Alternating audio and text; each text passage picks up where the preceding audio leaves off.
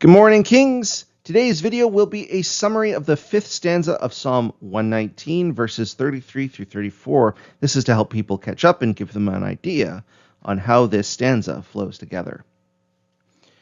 Teach me, O Lord, the way of your statutes, and I will keep it to the end. Give me understanding, that I may keep your law and observe it with my whole heart. Lead me in the path of your commandments, for I delight in it. Incline my heart to your testimony, and not to selfish gains.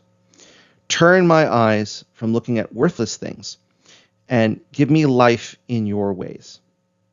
Confirm to your servant your promise, that you may be feared. Turn away the reproach that I dread, for your rules are good. Behold, I long for your precepts. In your righteousness, give me life. This stanza has three movements to it that flow almost seamlessly together. The first is three verses that speak of keeping God's word. Verses 33 and 34 speak of learning and understanding God's word with the resolve to keep it with their whole heart until the end.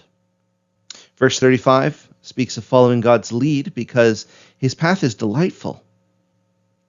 Then we have two strategies to abstain from certain classifications of sin.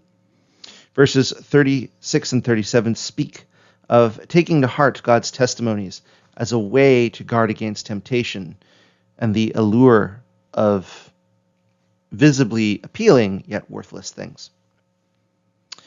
Then we have the last movement that talks about trusting in God.